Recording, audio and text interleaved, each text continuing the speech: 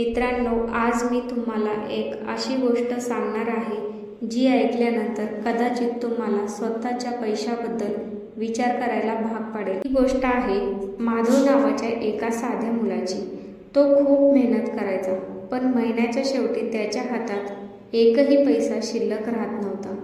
एक दिवशी त्याच्यासोबत अशी एक घटना घडली ज्यामुळे त्याचा पैशाकडे पाहण्याचा पूर्ण दृष्टिकोन बदलून गेला। नेमकं काय घडलं आणि त्या वृद्ध व्यक्तीने माधवला अशा कोणत्या 5 गोष्टी सांगितल्या ज्यामुळे त्याचं आयुष्य बदललं? चला ही कथा शेवटपर्यंत ऐकूया। माधव एका छोट्याशा गावात राहत होता। घरची परिस्थिती साधारण होती। सकाळी लवकर उठून तो कामावर जायचा आणि दिवसभर मेहनत करायचा। माधव घरी आल्यावर पत्नीला म्हणाला, या महिन्यातही सगळे पैसे संपले। एवढी मेहनत करूनही हातात काहीच राहत नाही। पत्नी म्हणाली, तुम्ही दिवसभर मेहनत करता, पण पैसे कुठे जातात? कधी बसून पाहिले का? माधव काही क्षण शांत राहिला। दुसऱ्या दिवशी तो गावातील एका अनुभवी वृद्ध व्यक्तीकडे गेला आणि म्हणाला, काका, मला एक गोष्ट सांगा। मेहनत करून पैसे कमवतो, पण पैसा माझ्याकडे टिकतच नाही। माझी चूक नेमकी कुठे होते? त्या वृद्धाने सांगितले, फक्त जास्त कमवून श्रीमंत होता येत नाही। पैसा कमवण्यापेक्षा तो योग्य प्रकारे हाताळता येणं महत्त्वाचं आहे। त्याने माधवला 5 गोष्टी सांगितल्या। पहिली गोष्ट, प्रत्येक कमाई लगेच खर्च करू नको। कमाई झाली की आधी बचत कर आणि मग खर्च कर। दुसरी गोष्ट, लोकांना दाखवण्यासाठी श्रीमंती करू नको। दिसण्यासाठी केलेला खर्च माणसाला श्रीमंत नाही तर कर्जबाजारी बनवतो।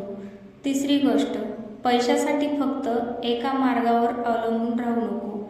नवीन कौशल्य शिक आणि उत्पन्नाचे नवीन मार्ग तयार कर। चौथी गोष्ट, ज्याला पैशाची किंमत नाही त्याच्याकडे पैसा टिकत नाही। छोट्या छोट्या खर्चाकडेही लक्ष दे। पाचवी गोष्ट, आजची कमाई उद्यासाठी वापर। संपूर्ण पैसा आजच्या सुखासाठी खर्च करण्याऐवजी भविष्यासाठी काहीतरी निर्माण कर।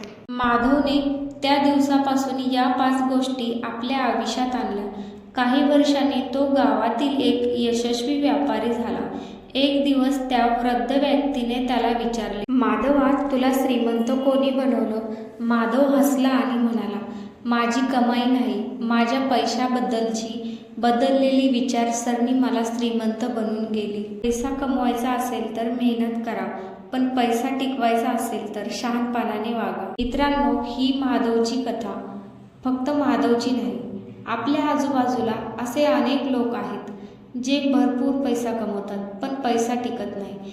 म्हणून पैसा कमवण्याबरोबरच पैशाची किंमत आणि त्याचा योग्य वापर समजून घेणंही तितकंच महत्त्वाचं आहे। तुम्हाला या 5 गोष्टींपैकी कोणती गोष्ट महत्त्वाची वाटली ते कमेंटमध्ये नक्की सांगा। अशाच मनाला भिडणाऱ्या कथा ऐकण्यासाठी चॅनलला सबस्क्राईब करा।